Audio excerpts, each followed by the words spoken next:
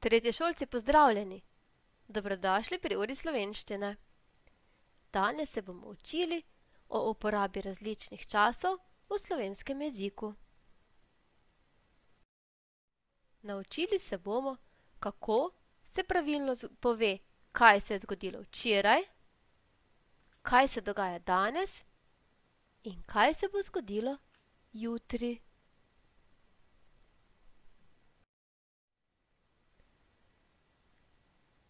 Kadar govorimo, da se je nekaj zgodilo včeraj, lani, prejšnji teden, predvčerajšnjim, pred 1 uro ali prej, uporabljamo čas, ki se mu reče preteklik.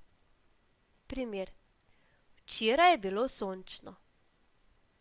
Prej sem pometala tla. Ali lani sem plavala v morju. Kadar govorimo, da se je nekaj zgodilo danes, zdaj, ta trenutek, vsak dan, govorimo v času, ki se mu reče sedanjik. Primer: danes je sončno.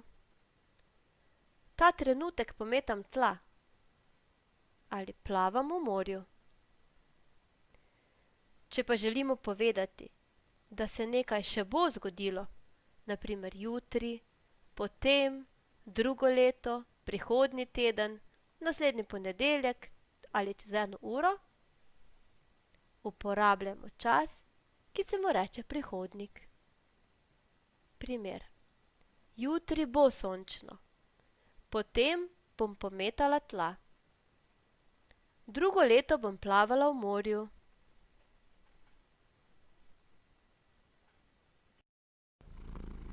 Pa poglejmo še en primer. Zunaj sije sonce. Sedim na klopci. Z mano je muca Progica. Nastavljava se sončnim žarkom. V katerem času se dogaja? Torej, to se dogaja zdaj, v tem trenutku, torej danes. Sedaj pa to besedilo pretvorimo v pretekli čas. To je to, kar se je dogajalo včeraj. Zunaj je sijalo sonce. Sedela sem na klopci. Z mano je bila muca Progica. Nastavljali sva se sončnim žarkom. Sedaj preoblikujmo to besedilo še v prihodnik. Torej, kar se bo zgodilo jutri. Zunaj bo sijalo sonce. Sedela bom na klopci. Z mano bo muca Progica. Nastavljali se bova sončnim žarkom. Sedaj te čaka delo v delovnem zvezku. Samostojno reši prvo nalogo. Skupaj pa poglejmo drugo nalogo. Besedilo napiši tako, kot da se je dogodek zgodil včeraj. Najprej bom prebrala besedilo. Danes dežuje. Jure obleče pelerino, obuje škornje in vzame dežnik. Stopi na dvorišče in skoči v lužo. Voda iz luže se razprši na vse strani in poškropi Petra.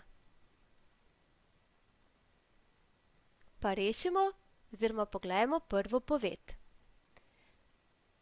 V sedanjem času, torej danes, se glasi: danes dežuje. Kako bi zdaj tole pretvorili v pretekli čas oziroma kot da se je dogodek zgodil včeraj?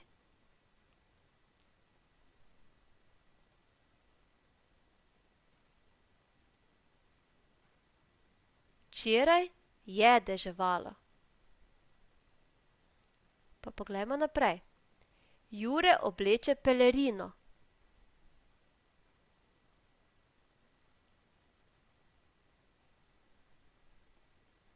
Jure je oblekel pelerino. Obuje škornje in vzame dežnik.